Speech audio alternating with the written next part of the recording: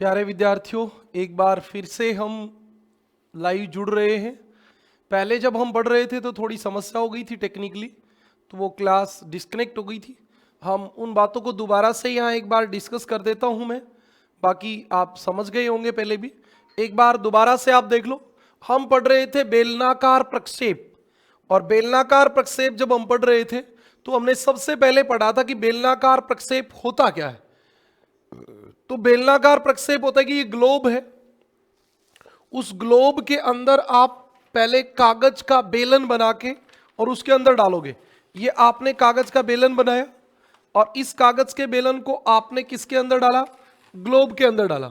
और जो ग्लोब के ऊपर अक्षांश देशांतर रेखाएं थी वो कागज के ऊपर आपने उतारी और उस कागज को आपने सीधा कर दिया। जैसे सीधा कर दिया तो ये ग्लोब के अक्षांश देशांतर रेखाओं को कागज पे उतार के उनको समतल कर देना ही क्या है?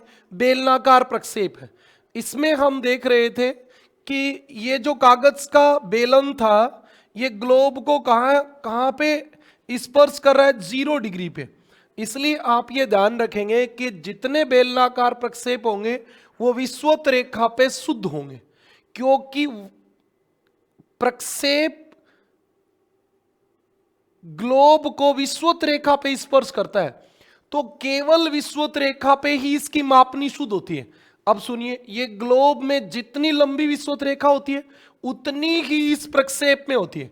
यानी कि भूमध्य रेखा की लंबाई ग्लोब पर भूमध्य रेखा की लंबाई के बराबर होती है, और ग्लोब को हम पृथ्वी का रूप वास्तविक रूप मानते हैं, तो इसका मतलब भूमध्य रेखा की लंबाई पृथ्वी के बराबर होती है, वास्तविक होती है। फिर आप देखो 15 डिग्री भी इसमें विषुवत रेखा के बराबर है, 60 डिग्री भी इसमें बराबर है। आप देखो इसमें 60 डिग्री जो होता है वो भूमध्य रेखा से आधा होता है। 60 डिग्री अक्षांश की लंबाई भूमध्य रेखा की आधी होती है, लेकिन इस प्रक्षेप में तो 60 डिग्री अक्षांश की लंबाई भी किसके बराबर होती है? विषुवत रेखा के बराबर होती है। यह बात आपको पता रहनी चाहिए। एक सेकेंड में आपको चेक कर लेता हूं कहीं कोई टेक्निकली इश्यू तो नहीं है।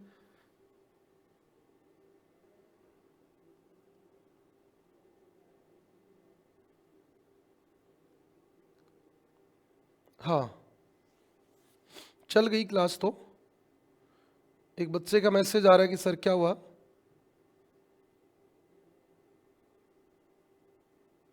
हाँ,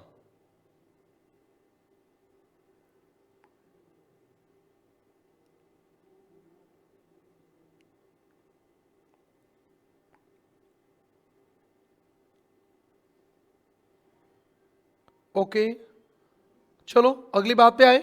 हाँ, हमारी बात क्या थी यहां? आप समझ गए थे कि 60 डिग्री अक्षांश जो होता है वो 0 डिग्री से आधा होता है।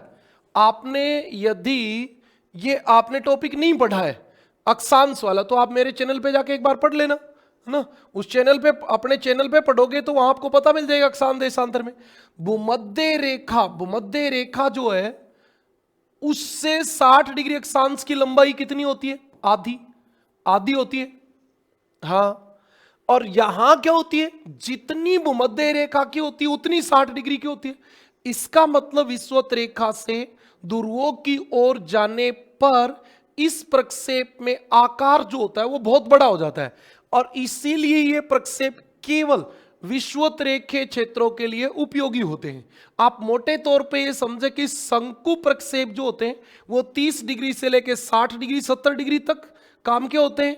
बेलनाकार प्रक्षेप 0 डिग्री से 30 डिग्री तक काम का होता है, और खमध्य प्रक्षेप ध्रुवों के लिए काम के होते हैं। मोटी मोटी 3 बातें आपको ये चीज क्लियर हो जानी चाहिए।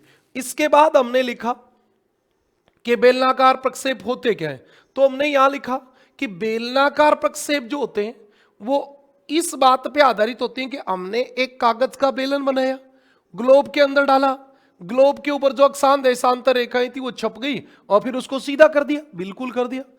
अब सामान्य दशा में कागज का बेलन जो होता है वो ग्लोब को कहां स्पर्श करेगा?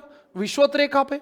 इसका मतलब बेलनाकार प्रक्षेप में मापनी केवल विषुवत रेखा पे शुद्ध होती है, और विषुवत रेखा की लंबाई वास्तविक लंबाई के बराबर होती है, लेकिन हम ध्रुवों की ओर जाएंगे तो अक्षांशों की लंबाई वास्तविक आकार से बड़ी हो जाएंगी, और इसलिए ये प्रक्षेप केवल भूमध्य रेखीय क्षेत्रों के लिए उपयोगी होते हैं। ये बात हमने बता दी थी। उसके बाद हम अगली बात पे चले तो भूमध्य रेखा से दूर जाने पर क्षेत्र वास्तविक आकार से बहुत बड़े हो जाते हैं। यह प्रक्षेप संपूर्ण विश्व का मानचित्र बनाने के लिए उपयुक्त नहीं है। आप सही में समझ भी सकते हो भाई संपूर्ण विश्व का मानचित्र कैसे बनाओगे, ध्रुवों के पास जो देश है वो तो बहुत बड़े हो जाएंगे। आप अंदाजा लगाइए ग्रीनलैंड जितना वास्तविक आकार में है, यदि हम उसको मर्केटर बेलनाकार प्रक्षेप में दर्शाएं, यथाकृतिक बेलनाकार प्रक्षेप में दर्शाएं, तो वो अपने वास्तविक आकार से 10 गुना बड़ा दिखेगा। आप सोचिए तो फिर उसका उद्देश्य क्या रहा। मुख्य बेलनाकार प्रक्षेप जो होते हैं वो 5 प्रकार के होते हैं आपके सामने। सबसे पहला यथार्थ या संदर्श बेलनाकार प्रक्षेप, मतलब प्रकाश की सहायता से बनाया जाएगा, जैसे पृथ्वी वैसी दर्शाई जाएगी। समदूरस्थ बेलनाकार प्रक्षेप, मतलब अक्षांश और देशांतरों के बीच की दूरी बराबर रहेगी। समक्षेत्र बेलनाकार प्रक्षेप, इसमें क्षेत्रफल शुद्ध रहेगा, और ये आपका लैम्बर्ट ने बनाया था इसलिए इसको लैम्बर्ट प्रक्षेप भी कहते हैं। यथाकृतिक बेलनाकार प्रक्षेप, इसमें आकृति शुद्ध रहेगी, और ये आपका मर्केटर ने बनाया था इसलिए मर्केटर प्रक्षेप था। और गोल का प्रक्षेप जिसको त्रिविम बेलनाकार प्रक्षेप भी कहते हैं। ये आपकी बात थी। अब हम 1 नंबर प्रक्षेप पे चर्चा करेंगे। यह आपका संदर्श बेलनाकार प्रक्षेप है।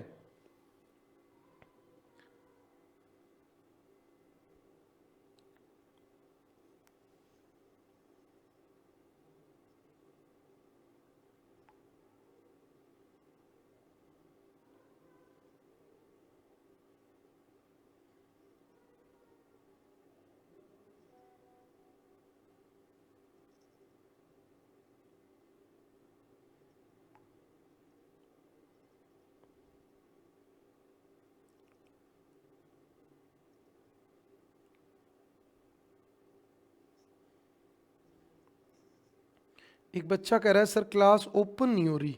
क्यों नहीं हो रही भी? मेरे पास भी तो ऐप है मेरे फ़ोन में, मेरे पास तो चल रही है बेटा, कोई इशू नहीं है। मेरे पास तो नोटिस भी आया है, आप देख लो। हाँ हमारी, फिर आप रिकॉर्ड होने के बाद देख लेना और तो क्या सोल्यूशन हो सकता है। हाँ ये हमारा संदर्श बेलनाकार प्रक्षेप है।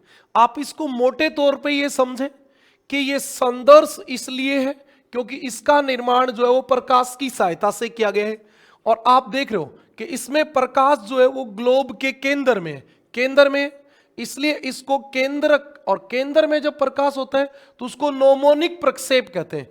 तो इसको नोमोनिक प्रक्षेप कहते हैं, ये बात आपको पता होनी चाहिए। और अब केंद्र में होगा तो देखो प्रकाश ऐसे जाएगा, अब इसका ऊपर चला गया। इस 75 डिग्री की बात हम करें तो 75 डिग्री का प्रकाश कागज पे बहुत दूर चला जाएगा, 90 डिग्री का कागज पे पड़ेगा ही नहीं। तो इस यथार्थ बेलनाकार प्रक्षेप में ध्रुवों को नहीं दर्शाया जा सकता है। आप यहां से देख के एक बात का अनुमान लगा गए होंगे कि इसमें हो क्या रहा है, ध्रुवों की ओर जाने पर अक्षांशों के बीच की दूरी बढ़ रही है। अब आप देखो कोई भी स्थान यदि ग्लोब पे मान लो इस 70 डिग्री और 71 डिग्री के बीच है तो इसमें दर्शाया ही नहीं जाएगा। और मान लो ये 60 और 61 डिग्री के बीच में, 60 और 61 के बीच में, तो यहां तो ये इतना सा होगा और यहां ये कितना हो जाएगा, इतना हो जाएगा। मतलब इसका आकार वास्तविक आकार से बहुत ज्यादा बड़ा हो जाएगा, बहुत ज्यादा बड़ा हो जाएगा। एक बात और आपको याद रखनी है कि ये बेटा एक बार ध्यान से सुनना, हमारे ग्लोब में देशांतर रेखाएं जो होती हैं वो ध्रुवों के पास आके क्या हो जाती हैं, पास पास हो जाती हैं। और इस प्रक्षेप में जितनी विषुवत रेखा पे दूरी होती है देशांतरों के बीच में उतनी दूरी होती है। इसका मतलब ये किसी भी मानचित्र को ऐसे चौड़ा दिखाएंगे, और अक्षांशों के बीच की दूरी बढ़ती है, इसका मतलब ये ऐसे भी दिखा रहा है। लेकिन इन दोनों का अनुपात बराबर नहीं है। मतलब ये जितना चौड़ा दिखा रहा है उसी अनुपात में ये उस स्थान को लंबा नहीं दिखा रहा। यदि ऐसा कर देता तो ये यथाकृतिक प्रक्षेप बन जाता, लेकिन अभी ये यथाकृतिक प्रक्षेप भी नहीं है, अभी ये यथाकृतिक प्रक्षेप नहीं है। तो आप एक बात ध्यान रखें कि इस प्रक्षेप में न तो क्षेत्रफल शुद्ध होता है, क्षेत्रफल व आकृति शुद्ध नहीं होती है। अच्छा आप बताओ, न तो आकृति शुद्ध है न क्षेत्रफल शुद्ध है, तो फिर काम क्या लोगी इसको? तो ये कोई काम का नहीं है। मोटे तौर पे हम ये कह सकते हैं कि ये विषुवत रेखीय क्षेत्रों का हमें मान लो कोई मानचित्र बनाना है, तो उसके सामान्य वितरण मानचित्र तो हम जब तक क्षेत्रफल शुद्ध होगा तब तक नहीं दर्शा पाएंगे। पॉलिटिकल मैप हम तब तक नहीं दर्शा पाएंगे जब तक आकृति शुद्ध नहीं हो, नहीं तो भारत पाकिस्तान में चला जाएगा, पाकिस्तान भारत में आ जाएगा, तो ये गड़बड़ हो जाएगी। तो रियलिटी में देखें तो इनका बहुत सीमित उपयोग है, सामान्य से हम कोई काम ले सकते हैं, बाकी कोई काम आएगा नहीं। अब मैं इसके बातें लिख देता हूं, वहां मैंने आपको समझा दिया, अब मैं लिख देता हूं। यथार्थ या संदर्श बेलनाकार प्रक्षेप, यथार्थ या संदर्श बेलनाकार प्रक्षेप। सबसे पहली बात, इस प्रक्षेप में प्रकाश की स्थिति ग्लोब के केंद्र में होती है, ग्लोब के केंद्र में होती है, अतः इसे केंद्रक या नोमोनिक बेलनाकार प्रक्षेप कहते हैं। नोमोनिक बेलनाकार प्रक्षेप कहते हैं। बिल्कुल सही बात है भाई। हाँ, अगली बात, सभी अक्षांश रेखा भूमध्य रेखा के बराबर होती है। ठीक है जी, वो तो सभी बेलनाकार प्रक्षेपों में ही ऐसा होना है। हाँ, अगली बात, इस प्रक्षेप में ध्रुवों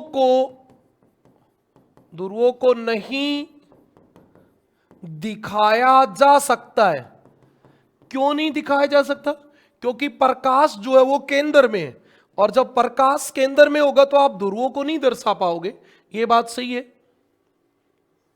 हाँ, विषुवत रेखा पर मापनी शुद्ध होती है, ध्रुवों की ओर जाने पर मापनी क्या हो जाती है? बढ़ जाती है ना। और आप ये भी कह सकते हो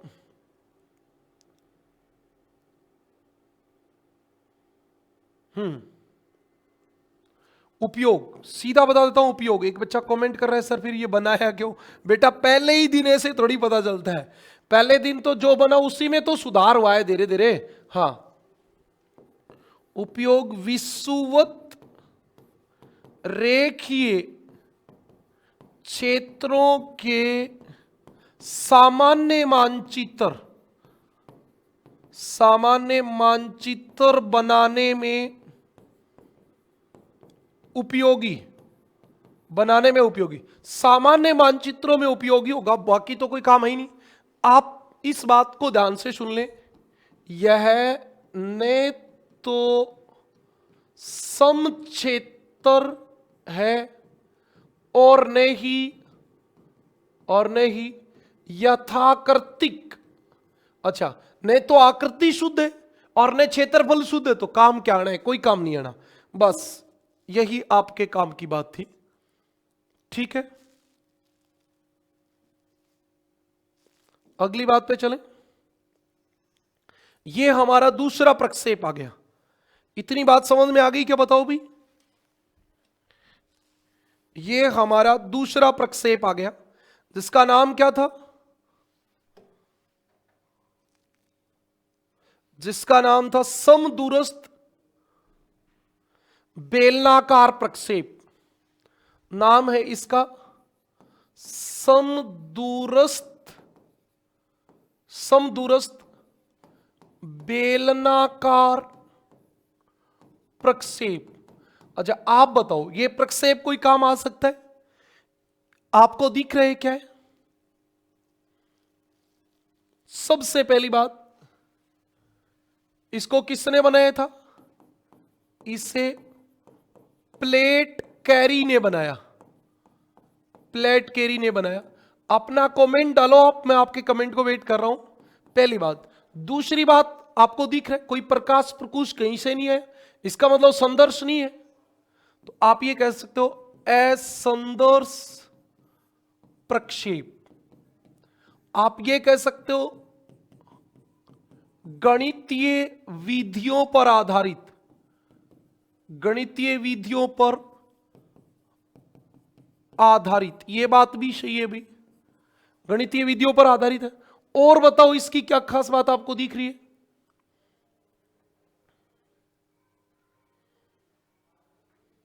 अच्छा, आप बताओ, क्या ये समक्षेत्र है? ना। क्यों नहीं है समक्षेत्र? तो बेटा आप बताओ, ये आपकी विषुवत रेखा है, विषुवत रेखा है। दो देशांतरों के बीच में दूरी जितनी विषुवत रेखा पे है उतनी ही ध्रुवों पे, उतनी ही ध्रुवों पे। तो क्या इसका क्षेत्रफल समान हो सकता है? ना। क्या ये यथाकृतिक हो सकता है? ना। क्यों? क्योंकि इसमें भी मानचित्र तो ऐसे चौड़ा बनेगा ध्रुवों पे, तो उतना लंबा भी तो होता ना, तब यथाकृतिक होता। अब इसमें ये गुण भी नहीं है। तो आप बताओ क्या क्या आपको दिखाए? यह ने तो समक्षेत्र प्रक्षेप है। अच्छा जी, समक्षेत्र का तो सवाल ही पैदा नहीं होता। समक्षेत्र तो तब होता जब जितनी देशांतरों के कारण, देशांतरों के बीच की दूरी जितनी विषुवत रेखा उतनी ध्रुवों पे रहेगी। तो ये ऐसे चौड़ा हो गया, तो ये जो थे ये पास पास आ जाते, ऊपर वाले अक्षांश पास आ जाते, तब समक्षेत्र होता। और सम आकृति तब होता जब देशांतरों के बीच की दूरी बढ़ने से मानचित्र ऐसे बढ़ गया, तो ऐसे भी बढ़ा देते। तो इसमें ऐसे भी नहीं बढ़ा। हाँ, यह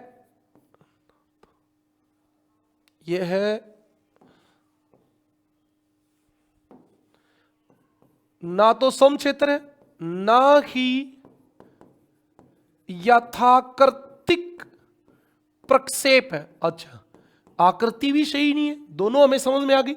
तो फिर ये कोई काम का नहीं है, कोई काम का नहीं है।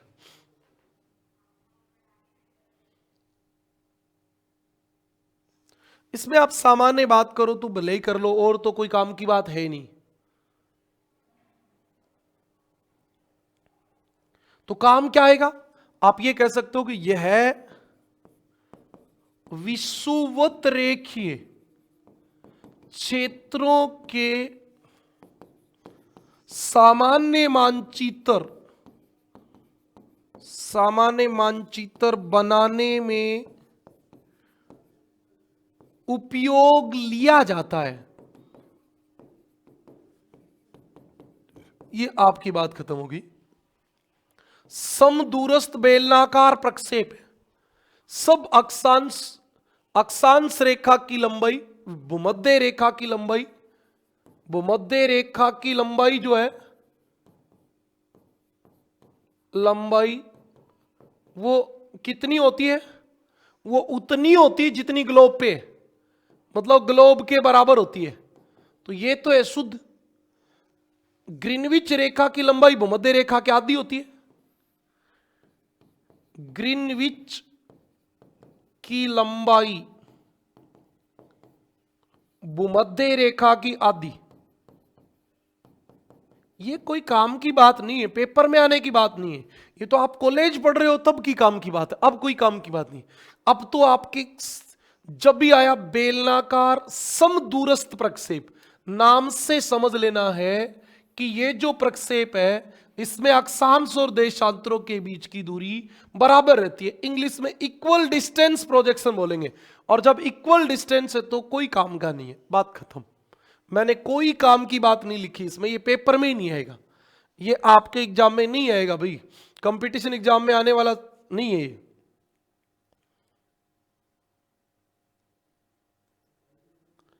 अब आप आ जाओ साइलेंड्रिकल, ये इक्वल डिस्टेंस है, equal distance, equal distance, equal area नहीं। इक्वल एरिया का मतलब हो जाएगा सम क्षेत्र, जो क्षेत्रफल समान दर्शाए। ग्लोब और मानचित्र प्रक्षेप पे समान क्षेत्रफल दर्शाए, इक्वल डिस्टेंस है ये, याद रखना। अब हमारा ये वाला आ गया, इसका नाम क्या है? इसका नाम है बेलनाकार, बेलनाकार समक्षेत्र, बेलनाकार समक्षेत्र, क्षेत्रफल भी लगा देते हैं हम, प्रक्षेप। ये आपका इक्वल एरिया वाला है, इक्वल एरिया। मतलब आप यहां से एक बात समझ गए कि इस मानचित्र में ये ऑप्शन में लिखा आएगा, फिर भी आप गलत करोगे तो आपकी गलती है। समक्षेत्र का मतलब इसमें क्षेत्रफल ग्लोब के बराबर रहेगा, और क्षेत्रफल ग्लोब के बराबर रहेगा तो हम वितरण मानचित्र दर्शाएंगे। भाई वितरण मानचित्र में हम क्षेत्रफल ही तो दर्शाते हैं, तो ये शुद्ध क्षेत्रफल वाला प्रक्षेप है। अच्छा, ये बनाया किसने था? J.H. लेम्बर्ट। आपसे सवाल पूछ लिया जाए, J.H. लेम्बर्ट, ये इसका निर्माता था। ओके जी, अगली बात पे आ जाएं। ये जो प्रक्षेप है इसकी क्या खास बात है बताओ? इसमें प्रकाश कहां से आ रहा है वो बताओ? इसमें प्रकाश कहां से आ रहा है बताओ भी, कहां से आ रहा है? इसमें प्रकाश आ रहा है यहां से, यहां से, यहां से आ रहा है इसमें प्रकाश। कहां से? अनंत से। प्रकाश कहां से आ रहा है? अनंत से। अरे यहां से आ रहा है, तभी 90 का 90 के सामने। भाई आप बताओ, 90 का 90 के सामने 90 डिग्री, 60 डिग्री, और ये आपका 30 डिग्री, ये आपका 0, 30, 60 और 90। आप देख रहे हो कि इसमें प्रकाश जो आ रहा है वो कहां से आ रहा है? अनंत से। प्रकाश कहां से आ रहा है बताइए आप? कहां से आ रहा है? अनंत। कैसे लिखेंगे रे अनंत?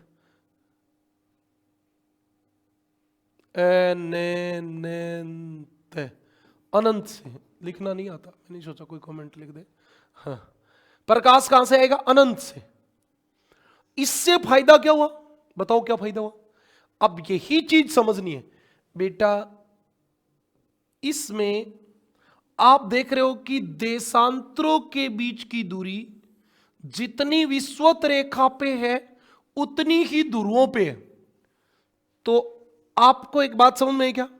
कोई भी देश जब ध्रुवों पे जाएगा तो वो अपने वास्तविक आकार से बहुत ज्यादा बड़ा हो जाएगा, बहुत ज्यादा। अब ये कह रहे हैं कि जितना वो इधर से चौड़ा होगा, इधर से हम उतना पतला कर देंगे, इसको उतना पतला कर देंगे। कर दिया ना? देखो बताओ, 0 और 30 डिग्री के बीच में कितनी दूरी है? आपके सामने देख लो, 30 के बीच में। और 60 और 90 के बीच में कितनी दूरी है? थोड़ी सी। तो इसने इधर से चौड़ा होते ही इधर से पिचका दिया। अब ये ऐसे होते ही, मतलब ये उसी अनुपात में, जिस अनुपात में दो देशांतरों के बीच दूरी बढ़ने पे कोई देश पूर्व से पश्चिम जितना चौड़ा होगा, उसी अनुपात में उसको उत्तर से दक्षिण क्या कर देंगे? पतला कर देंगे। और इसीलिए उसका क्षेत्रफल क्या हो जाएगा? बराबर। तो ये आपका, इसमें प्रकाश अनंत से आता है, ये बात आप ध्यान रखेंगे। और क्या ध्यान रखोगे? हाँ, और आप ध्यान रखोगे क्षेत्रफल, क्षेत्रफल शुद्ध रहता है, क्षेत्रफल शुद्ध रहता है, ये आपका क्षेत्रफल शुद्ध रहता है, ठीक है जी। अच्छा, मैं इसका आपको पीडीएफ भेज दूंगा लिखी लिखाई, तो आप इसमें लिखने को रहने दें, इस बातों को समझ ले, ज्यादा बढ़िया यही रहेगा, इसको समझ दे। क्षेत्रफल क्या रहेगा? शुद्ध। अच्छा, अब बताओ आप आकृति सही रहेगी क्या? आकृति रहेगी क्या? एक देश था, मान लो ये ग्रीनलैंड है, ये ग्रीनलैंड है, इस ग्रीनलैंड का हम इस प्रक्षेप में मानचित्र बनाए तो कैसे बनेगा पता है क्या? ये ग्रीनलैंड है वास्तविक, वास्तविक, और जब आप इस प्रक्षेप में उसका मानचित्र बनाओगे तो वो बनेगा कैसे? वो बनेगा ऐसे, वो बनेगा ऐसे। समझ में आई बात? ये आपके इस प्रक्षेप में ग्रीनलैंड ऐसा बन जाएगा, मतलब ऐसे तो वो जितना था उससे लंबा बन गया, और ऐसे उसको पिचका दिया, तो क्या इसमें आकृति यथाकृतिक रही? यह प्रक्षेप यथाकृतिक, यथाकृतिक नहीं है, यह प्रक्षेप यथाकृतिक नहीं है। आपके व्हाट्सएप ग्रुप पे मैं इसके नोट्स डाल दूंगा, आप यहां बातों को समझ लो। ये 4 बात थी।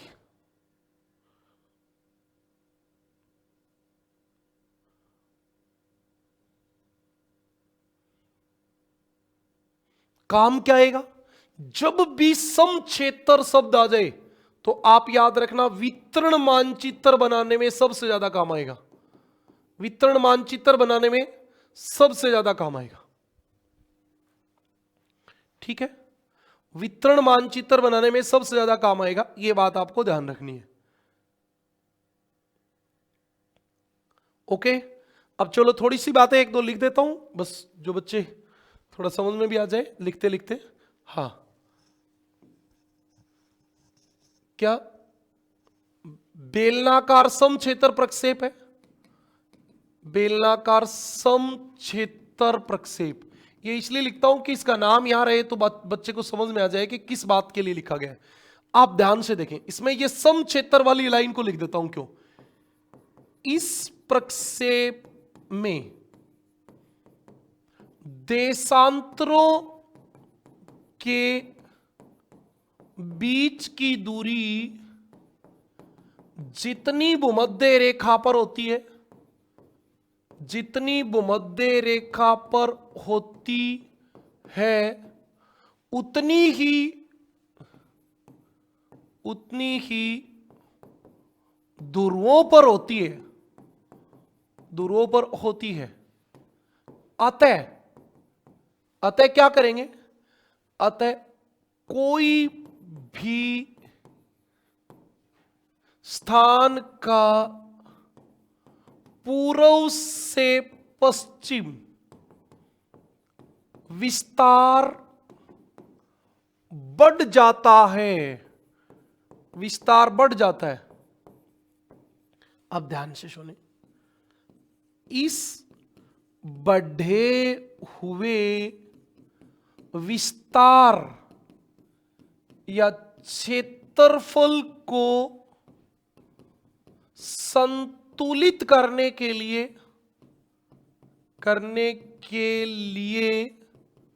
उसी अनुपात में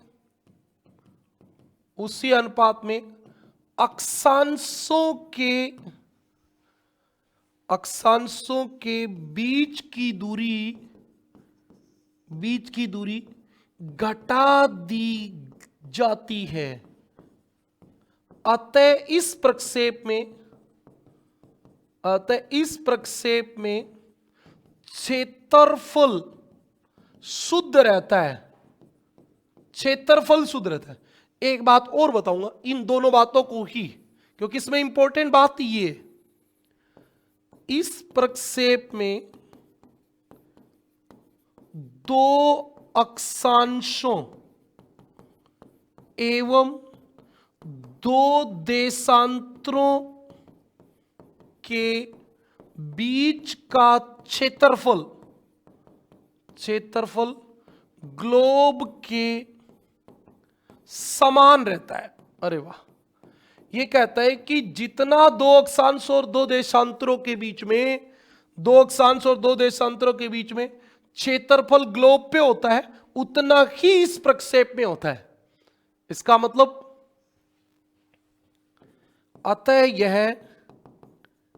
अतः यह प्रक्षेप शुद्ध क्षेत्रफल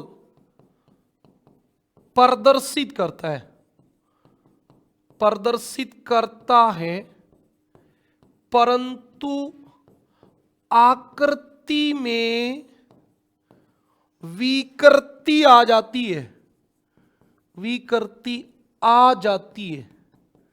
ये कह रहा है कि आपकी फोटो है, इस मुंह को ऐसे इधर तो इतना लंबा बना देंगे और ऊपर से इतना सा बना देंगे, ऐसा हो जाएगा तो आकृति विकृति में आ गई। अब देखो,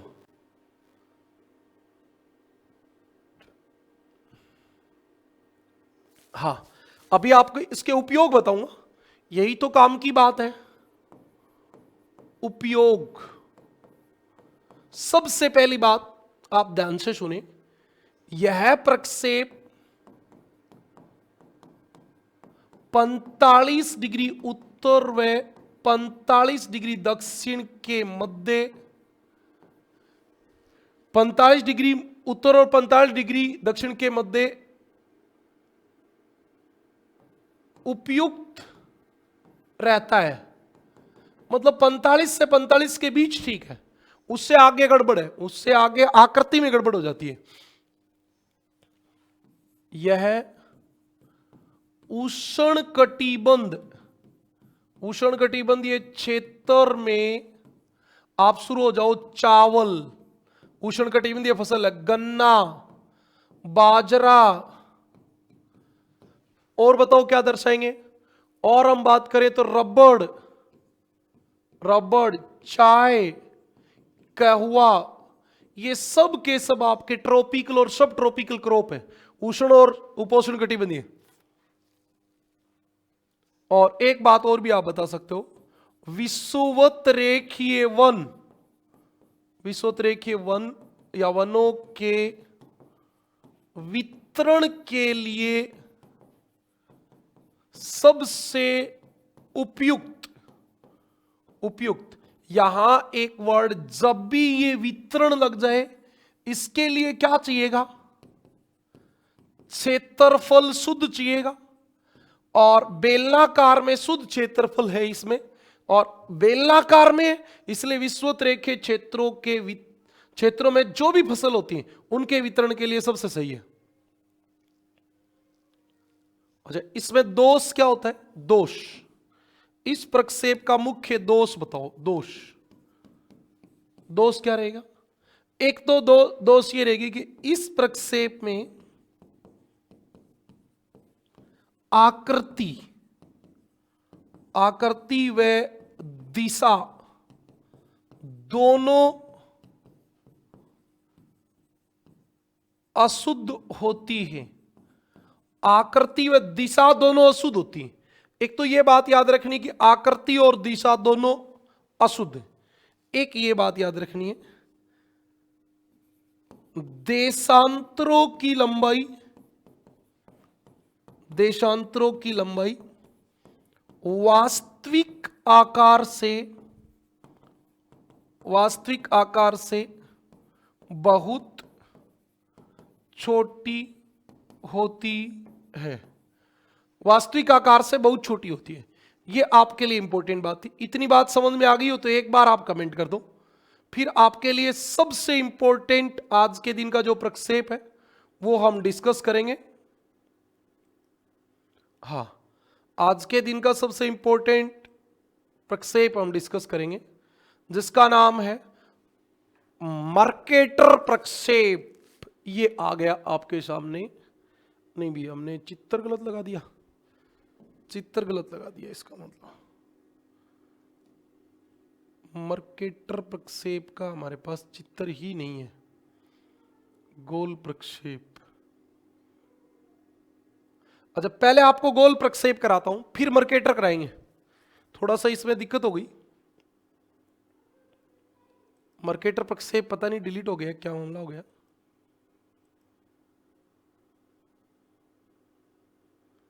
हाँ,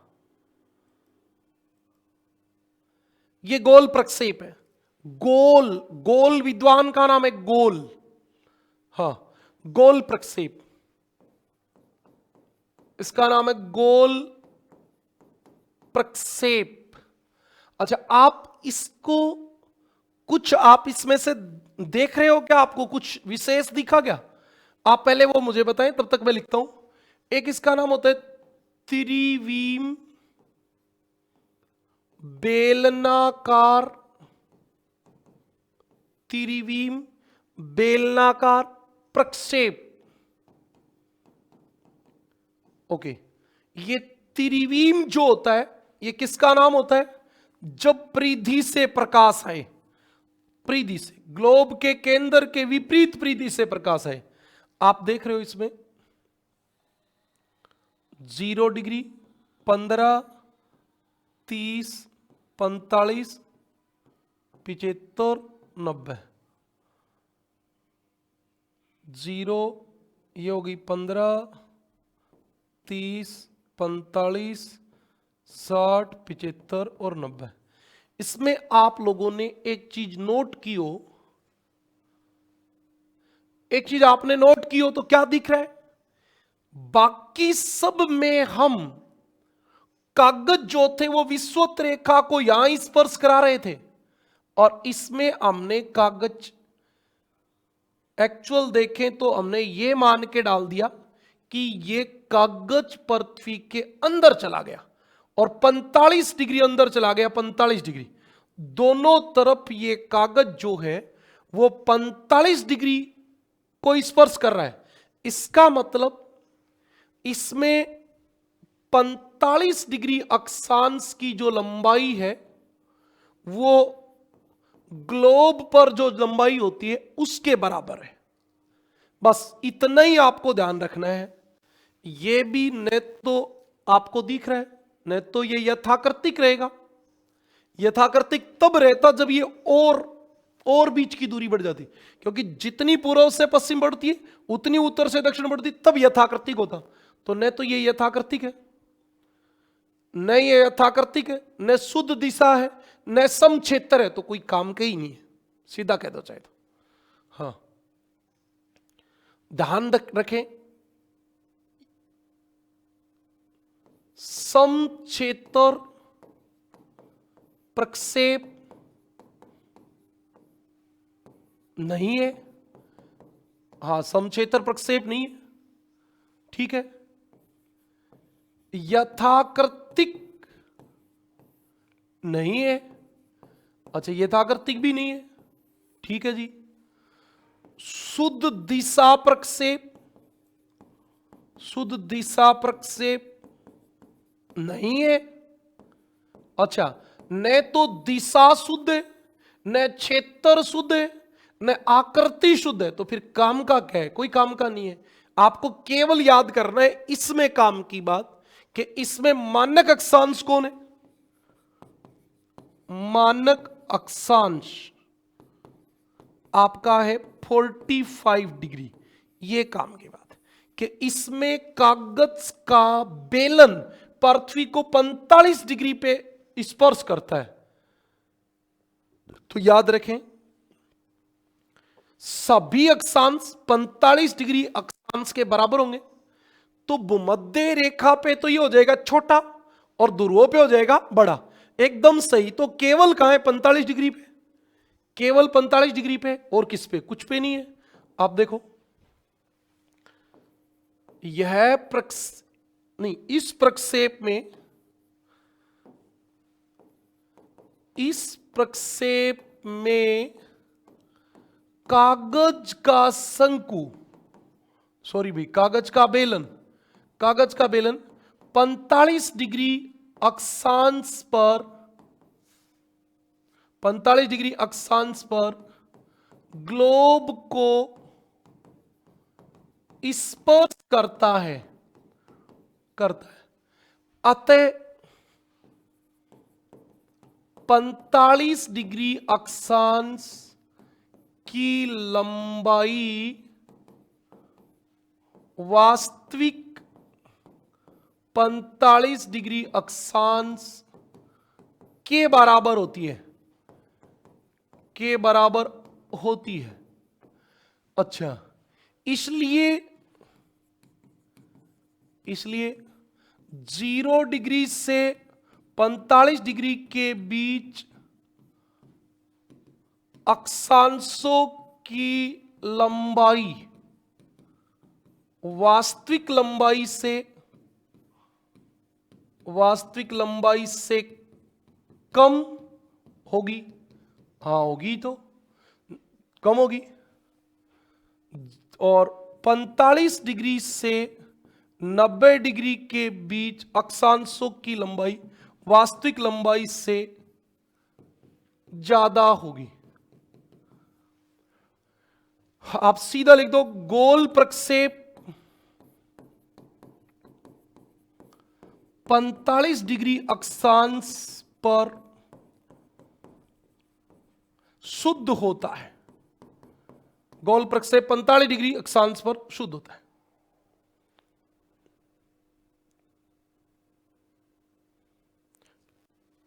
प्रकाश स्रोत हमने बता ही दिया। यह क्या है? यह संशोधित बेलनाकार प्रक्षेप। यह संशोधित बेलनाकार प्रक्षेप है। अच्छा, एक बात और याद रख लेना, उपयोग यथाकृतिक नहीं है, समक्षेत्र नहीं है, शुद्ध दिशा नहीं है, तो कोई काम नहीं आएगा। बस एक काम आ जाएगा, विश्व का सामान्य मानचित्र बनाने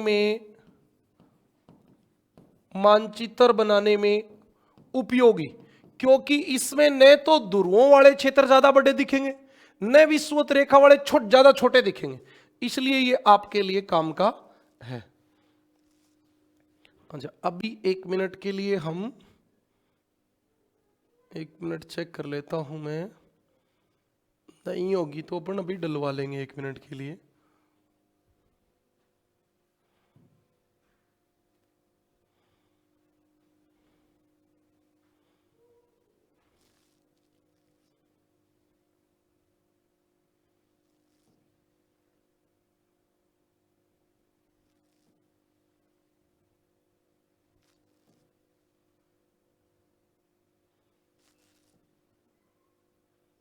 ये आ गया हमारा,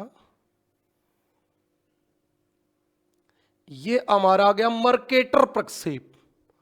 ये हमारा लास्ट बचा है। ये इसी के मर्केटर प्रक्षेप में ये काम की बात है। दोनों को मैं आपको क्लियर कर दूंगा। गोल हमें चाहिए नहीं, हमने एक बना दिया। 1 सेकंड आप थोड़ा सा वेट करें। ये कोई एक्स्ट्रा कागज जो हमारे जुड़ गए, इनको मैं डिलीट कर देता हूं।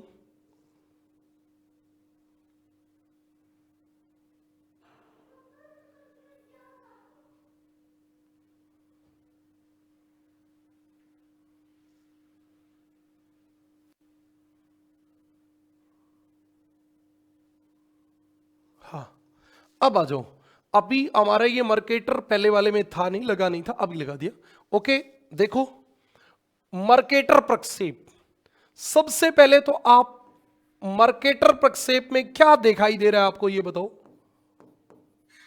मर्केटर प्रक्षेप इंपोर्टेंट की पावर 1 लाख, जितनी भी एक के आगे जीरो लगानी उतनी लगा दो। इसको एक और कहते हैं, क्या नाम कहते हैं? यथाकृतिक बेलनाकार प्रक्षेप। यथाकृतिक बेलनाकार प्रक्षेप। देखिए आप, इसकी क्या खास बात है, आप देखोगे तो आपको क्लियरली एक बात समझ में आएगी। और वो क्या समझ में आएगी वो अभी मैं बता देता हूं। सबसे पहले आपको यह बात समझ में आएगी, इसमें आपको पता है गणितीय आधारित है, क्योंकि प्रकाश प्रकाश की तो कोई बात ही नहीं आ रही। तो सबसे पहला असंदर्श प्रक्षेप, ठीक है जी, असंदर्श है, गणितीय गणनाओं पर आधारित, गणितीय गणनाओं पर आधारित, ये बात भी ठीक है जी। अब काम की बात सुने, इसमें आप देख रहे हो 60 से 80 डिग्री के बीच कितनी दूरी है, 40 से 60 के बीच कितनी दूरी है, और यहां भी बढ़ रहा है, देखो 0 से 20 के बीच जितनी दूरी है उससे 40, 20 से 40 के बीच है, 40 से 60 के बीच और ज्यादा है, इसके बीच और ज्यादा है। ये कह रहा है कि कोई भी स्थान, अरे ये देशांतर तो ध्रुवों पे ऐसे पास पास आ जानी चाहिए थी, ये देशांतर तो पास पास आ जानी चाहिए थी, और अब ये आ गई ध्रुवों पे चौड़ी। यही तो बात है, सभी देशांतर तो ध्रुवों पे मिलती हैं, तो सभी देशांतर ध्रुवों पे मिलती हैं, तो फिर यहां आके तो ये सब मिल जानी चाहिए थी। तो 80 डिग्री पे इनके बीच में थोड़ी थोड़ी जगह होनी चाहिए थी, और है कितनी कितनी, जितनी विषुवत रेखा पे उतनी है। इसका मतलब यहां आप जो भी मानचित्र बनाओगे वो वास्तविक आकार से बहुत चौड़ा हो जाएगा। अब ये कह रहा है कि जितना चौड़ाओगे ना उतना उसको ऐसे लंबा कर दो, ये कर दिया, देखो लंबा कर दिया, और जैसे ही इसने ऐसा लंबा किया तो उसका जैसा आकार होता है वो सेम आकार आ गया। मतलब ये है कि ग्रीनलैंड मान लो अपने वास्तविक आकार से इसमें 10 गुना बड़ा दिखा, लेकिन चाहे बड़ा दिखे फोटो वही आएगी। मतलब आपका मुंह बड़ा हुआ तो आपके हाथ भी बड़े होंगे, नाक भी बड़ी होगी, आंख भी बड़ी होंगी। अब मान लो आपकी आंख तो इतनी रख दी, नाक बड़ी कर दी, तो वो वाली बात नहीं है, मतलब इसमें आकृति पूरी आएगी। अरे आप 6 फीट के हो, आपकी 40 फीट की एक मूर्ति बना दी, फोटो बना दी, स्टेचू बना दिया, सरदार वल्लभ भाई पटेल का बना है, तो उसमें सारी चीजें बड़ी हो जाएंगी, सारी चीजें। और आप किसी को चौड़ा तो बना दो बहुत ज्यादा और लंबा बनाओ नहीं तो गड़बड़ हो जाएगी। जिस अनुपात में आप चौड़ा बनाओ उसी अनुपात में लंबा भी बना दो तो यथाकृतिक हो जाएगा। और जब आकृति सेम रहेगी तो दिशा भी सेम हो जाएगी।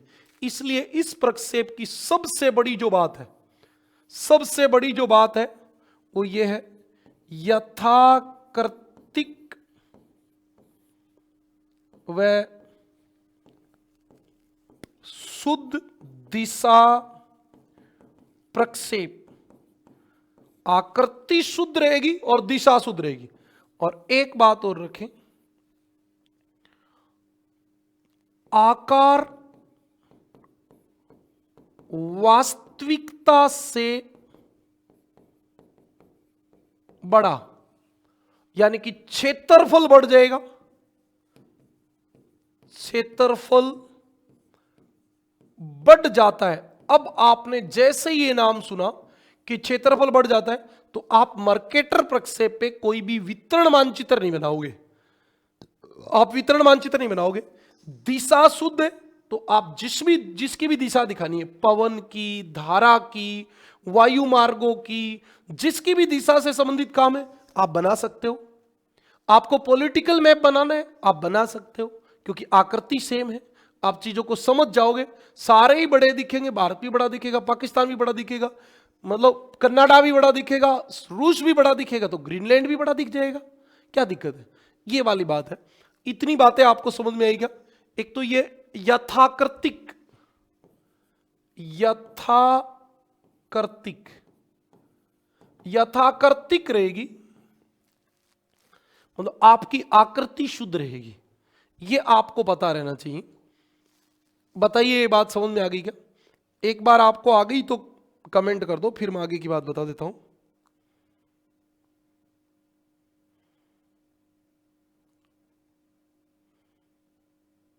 कोई समस्या नहीं, क्लास सब सही चल रही है। जल्दी से आप कमेंट कर दोगे तो मैं अगली बात आपको बता दूंगा। महेंद्र बता भी, समझ में आ गई क्या? परमीला बता भी, समझ में आ गई क्या? जल्दी बताओ बेटा जल्दी। ओके ओके, चलो शुरू करते हैं, सबको समझ में आ गई तो। मर्केटर प्रक्षेप बनाया किसने था, सारी बातें अब आपको बता दूंगा। मर्केटर, मर्केटर बेलनाकार प्रक्षेप में सबसे इंपॉर्टेंट, इसका नाम क्या होता है? यथाकृतिक बेलनाकार प्रक्षेप। यथाकृतिक मतलब आकृति जो है वो सेम रहेगी। ओके ओके ओके बेटा ओके। अच्छा, सबसे पहले बताओ ये बनाया किसने? 1569 में डच मानचित्रकार, डच मानचित्रकार 1569 में डच मानचित्रकार जेरार्ड्स मर्केटर ने, ये पहले वाला नाम तो जेरार्ड्स मर्केटर, वैसे याद तो रखना चाहिए क्योंकि मान लो मर्केटर अगला है 2 के लगा दे, लेकिन ऐसा होना नहीं चाहिए। या गिरहार्ड क्रेमर भी कह देते हैं, गिरहार्ड क्रीमर, ये भी नाम। बाकी आपके NCERT में यही नाम लिखा है और इसी के नाम पे इसका नाम है, तो जरूरत भी नहीं है।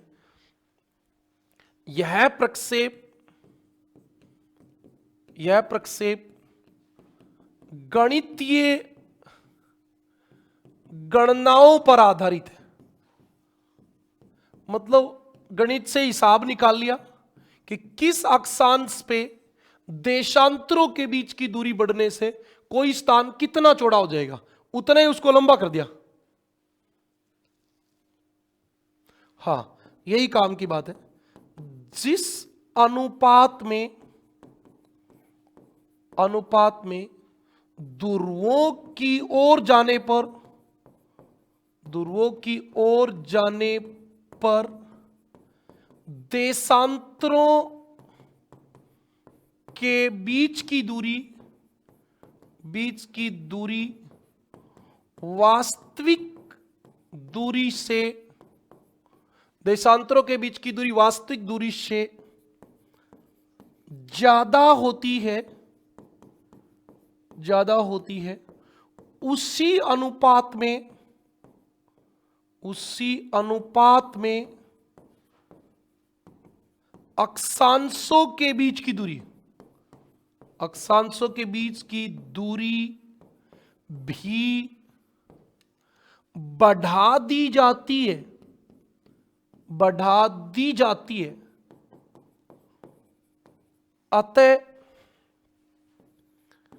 अतः ये प्रक्षेप यथाकृतिक व शुद्ध दिशा प्रक्षेप होते हैं। मतलब आप इसमें जो भी मानचित्र बनाओगे उसमें दिशा शुद्ध आएगी और आपकी आकृति शुद्ध आएगी। और बताओ, कमी बताओ, एक मोटी सी कमी बताओ। हां, परंतु ध्रुवीय क्षेत्रों का हम क्या शब्द उपयोग करें? क्षेत्रफल, ज्यादा उचित यही रहेगा। क्षेत्रफल बहुत बढ़ जाता है। मैंने आपको बताया ना, ग्रीनलैंड 10 गुना बड़ा हो जाता है। बताओ आप देखने में। और बताओ इसकी क्या क्या विशेषताएं बताओ। अच्छा, विशेषताएं बताऊं क्या? वैसे जरूरत नहीं होती विशेषताएं। पहली, सभी अक्षांश किसके बराबर? भूमध्य रेखा के बराबर होते हैं। सभी अक्षांश भूमध्य रेखा के बराबर होते हैं, एक बात। दूसरी बात, भूमध्य रेखा से ध्रुवों की ओर जाने पर अक्षांशों के बीच की दूरी बढ़ जाती है। अतः मर्केटर प्रक्षेप में ध्रुव प्रदर्शित, क्या लिख दिया भाई, ध्रुव प्रदर्शित नहीं किए जा सकते हैं। मतलब 90 डिग्री नहीं था इसमें, आपने गौर किया हो तो 75 डिग्री या 80 डिग्री तक ही संभव। मतलब 75-80 डिग्री से ऊपर आप इसका प्रक्षेप नहीं बना पाओगे, फिर कागज ही खत्म हो जाएगा। बिल्कुल बिल्कुल महेंद्र, आप सही कह रहे हो। हाँ, अगली बात पे चले।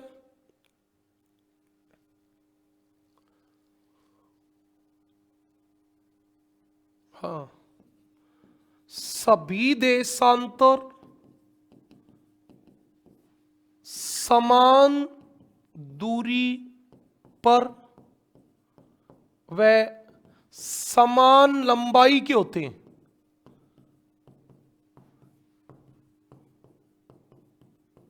परंतु लंबाई, भाई मानचित्र अक्षांशों के बीच की दूरी बढ़ेगी तो देशांतरों की लंबाई तो बढ़ेगी, देशांतरों, परंतु लंबाई ग्लोब से अधिक हो जाती है। वो तो होगी भी, अक्षांशों के बीच की दूरी बढ़ाओगे तो बढ़ी जाएगी। हाँ, अब काम की बात सुने, नोट। मर्केटर प्रक्षेप पर कोई भी सरल रेखा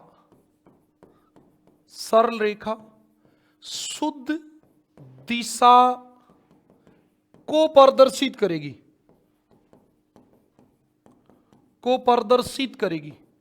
मतलब आप एक सरल रेखा जो होगी, सरल रेखा वो शुद्ध दिशा को प्रदर्शित करेगी। यह बात आपको ध्यान रखना है। जिससे, अच्छा एक ये भी काम की बात है, जिसे हिंदी में तो क्या कहते हैं, एक दिश नोपथ, एक दिश नोपथ, ये सवाल आया हुआ है अभी। इसको इंग्लिश में कहते हैं रंब लाइन, RHUMB, रंब लाइन।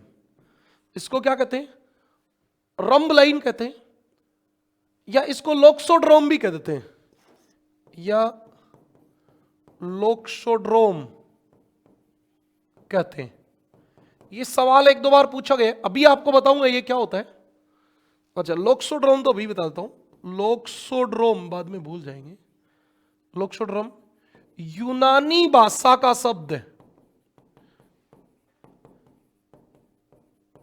लोक्सोड्रोम यूनानी भाषा का शब्द है, जिसका अर्थ क्या है, तिरछा चलते हुए, ऐसे करके चलो, ग्लोब पे ऐसे चलना पड़ेगा, तिरछा चलते हुए, जिसका अर्थ है तिरछा चलते हुए। अच्छा, और बताओ क्या बताएं इसमें। अच्छा, 1 मिनट आप रुकेंगे थोड़ा सा, तो आपको ये कुछ बातें मैं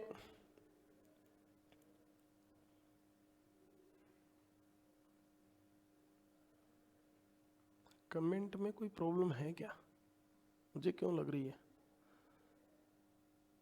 बताओ बेटा, क्या कमेंट कर रहे हो आप।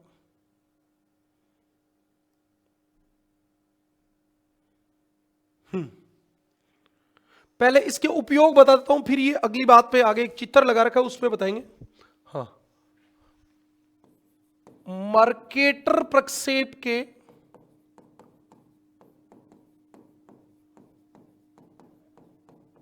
उपयोग, मर्केटर प्रक्षेप के उपयोग। नंबर 1, विश्व के दीवारी मानचित्र, दीवारी मानचित्र व एटलस में उपयोग। अच्छा, एटलस और दीवारी मानचित्र बनाए जाते हैं वो मर्केटर प्रक्षेप पे बनाए जाते हैं, क्योंकि आकृति सही होती है भी, जैसा देश दिखता है वैसा ही होता है। अच्छा, आपको पता है दिशा शुद्ध, अच्छा दिशा शुद्ध हो, आपको पवन दर्शानी है, पवनों की दिशा, धाराओं की दिशा, वायु मार्ग, वायु मार्ग किसके अनुसार चलते हैं? इसी के अनुसार चलते हैं, वायु मार्ग, नौका मार्ग, नौका मार्ग को दर्शाने में अति उपयोगी। और कोई ऐसा मानचित्र होता ही नहीं है जिसमें लगभग विश्व का मानचित्र बनाया जा सके, दिशा भी शुद्ध हो। तो ये सबसे इंपॉर्टेंट बात आपकी यही है, ये वाली बहुत ही इंपॉर्टेंट बात है, एग्जाम में हजारों बार नहीं लाखों बार आई है।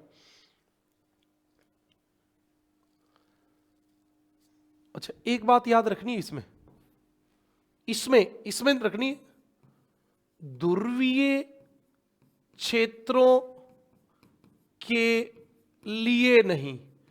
अच्छा, ये सारे काम आपको ध्रुवीय क्षेत्रों के लिए करने हो तो नहीं, तो खमध्य प्रक्षेप आएगा, फिर खमध्य प्रक्षेप आएगा, ये बात आपको ध्यान रखनी है। एक आपको काम और याद रखना है, विश्व का वर्षा मानचित्र दर्शाने के लिए, आपको विश्व में वर्षा दर्शानी है तो उसके लिए भी इसी का काम होता है। वर्षा मानचित्र दर्शाना थोड़ा सा उचित शब्द लग गया, हम बनाने के लिए बनाते थे, बनाने के लिए। और बताओ कोई खास बात जो आपको समझ में नहीं आई हो, बताओ। अच्छा, एक बात ये कंफर्म याद रखनी है, वो भी मैं नोट करके लिख देता हूं, नोट, ग्रीनलैंड इस प्रक्षेप में वास्तविक आकार से 10 गुना बड़ा दिखता है। इसीलिए आपने देखा होगा कि रूस है, वहां से शुरू होकर वहां तक चला जाता है, इतना लंबा थोड़ी है, वहां देशांतरों के बीच की दूरी कम होती है और इन प्रक्षेपों में होती है बराबर, तभी तो रूस ऐसा होता है। कुछ मानचित्र ऐसे नहीं होते गोल गोल, उनमें रूस छोटा हो जाता है, ग्रीनलैंड छोटा हो जाता है, वो मर्केटर प्रक्षेप नहीं होते, आपको ध्यान रखना है। अब आपकी लास्ट बात आ गई आज की,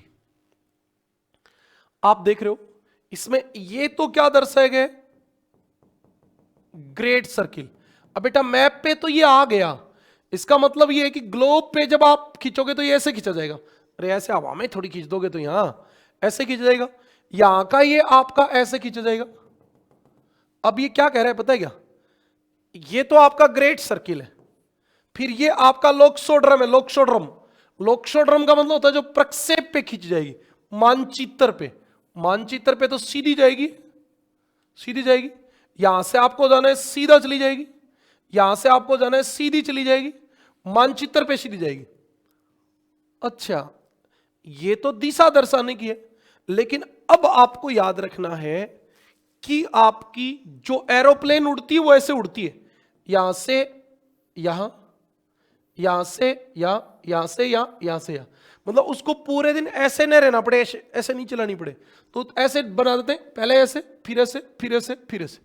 ये आपको अभी बताऊंगा क्या मामला है ये। हाँ,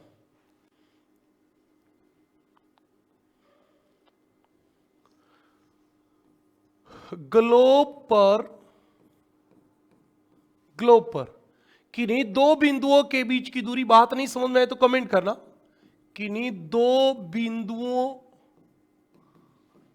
के बीच की न्यूनतम दूरी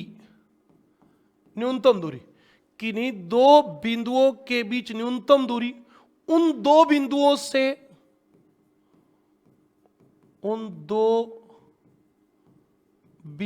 से गुजरने वाली, याद रखना, उन दो बिंदुओं से गुजरने वाली वृत्त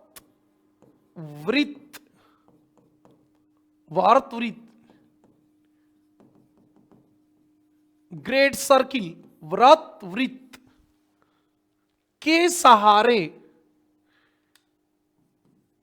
सहारे माप कर ज्ञात की जाती है। ठीक है, अब आप देखो, जैसे आप यहां आपका एक स्थान है वैंकूवर, ठीक है, एक एग्जाम्पल बता रहा हूं आपको, और एक ये जापान का यहां है याकोहामा। चलो इसको मैं इधर बना देता हूं, आप 1 मिनट के लिए ऐसे सोच लो कि ये आपका यहां पे है याकोहामा। अच्छा, आपको एक बात बताऊं, यदि ये यहां से ऐसे सीधा हम ऐसे आए ना, उसकी बजाय हम ऐसे आए, तो इसकी दूरी आधी हो जाती है। देखो आप ऐसे समझे, ये पृथ्वी गोल है ऐसे, अब आपको यहां से देखो, यहां से यहां आना है, तो एक तो आप ऐसे आओ और एक आप ऐसे घूम के आ जाओ, तो क्योंकि ऊपर गोलाई कम होती है ना, बोर्ड पे तो बनेगा नहीं। ग्लोब को आप ऐसे इमेजिन कीजिए, इस स्थान से आप इस स्थान जाना है, तो देखो कितनी दूरी तय करनी पड़ी, और इसको आप ऐसे न करके और ऊपर से जाके ऐसे चले जाओगे तो ऊपर गोलाई कम होती है। इसीलिए आप एक चीज देख रहे होगा, उत्तरी गोलार्ध में सब ये उत्तरी ध्रुव की ओर मुड़ रहे, दक्षिणी गोलार्ध में दक्षिणी ध्रुव की ओर मुड़ रहे।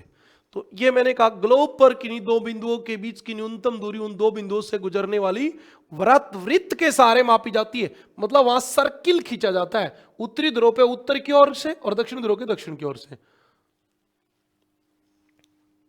अब ध्यान से सुने, मर्केटर प्रक्षेप पर इनकी आकृति वक्राकार होती है,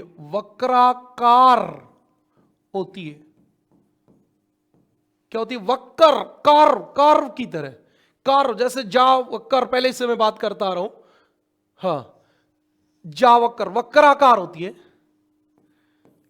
ये वक्र उत्तरी गोलार्ध में,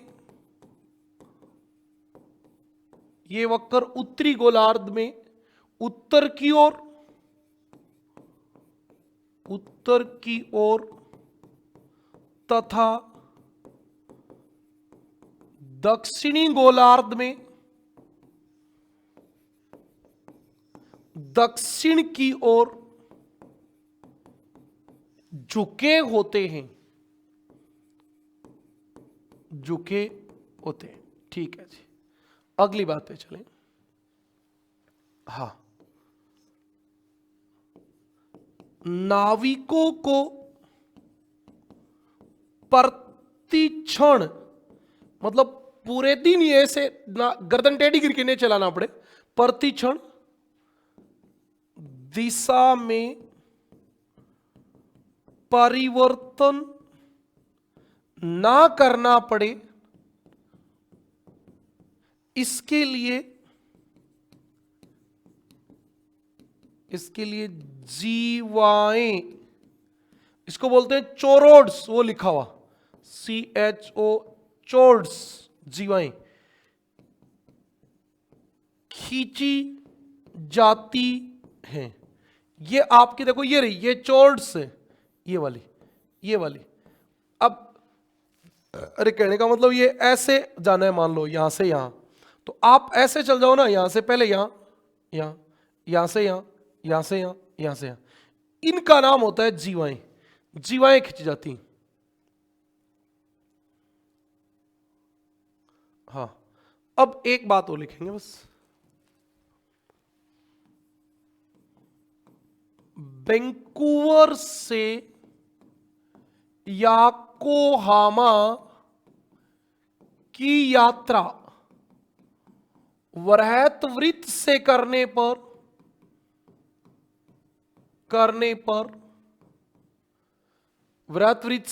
पर दूरी आधी हो जाती है। और ये बात आपकी NCERT 12th क्लास में लिखी है, इसलिए ये ज्यादा काम की बात हो जाती है।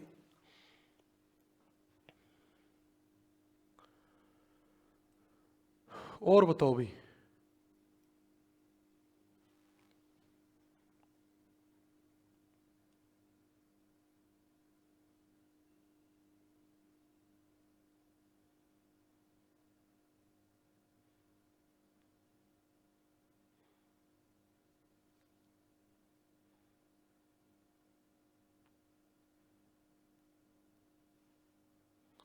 और कोई बात? एक दिशनोपथ रेखा, रंब लाइन मैंने बताई नहीं क्या?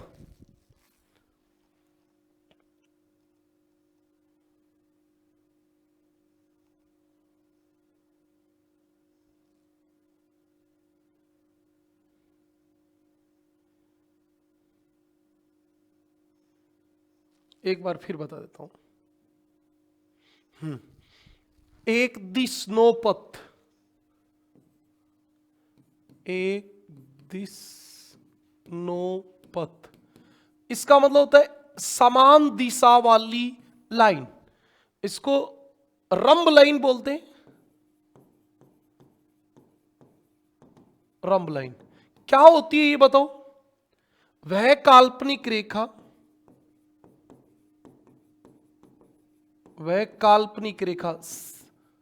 अक्षांश देशांतर काल्पनिक होते हैं, जो ग्लोब या मानचित्र पर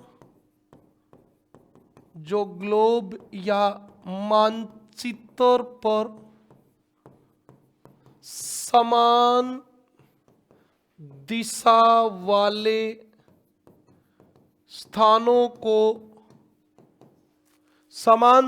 वाले स्थानों को मिलाते हुए खींची जाती है।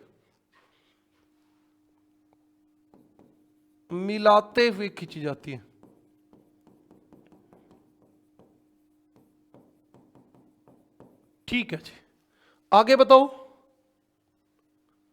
हाँ, एक बात और बताता हूं, इसको रंब बोलते हैं। रंब लाइन को ग्लोब पर वृहत वृत्त के रूप में, मतलब ग्रेट सर्किल के रूप में,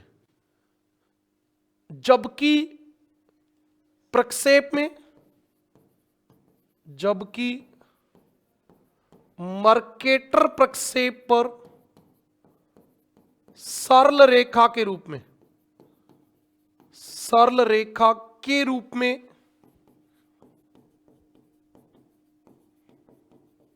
खींची जाती है। अरे वाह, बात खत्म। इट्स ओके, हमारा बेलनाकार प्रक्षेप कंप्लीट। हम जो बात करेंगे वो नेक्स्ट डे करेंगे, केवल और केवल खमद्य प्रक्षेप पर। खमद्य प्रक्षेप के लिए आप देखते रहिए अगला एपिसोड। कल फिर मिलेंगे, तब तक के लिए अलविदा। कैसा लगा आपको ये जरूर बताएं। एक टीचर के लिए बच्चे का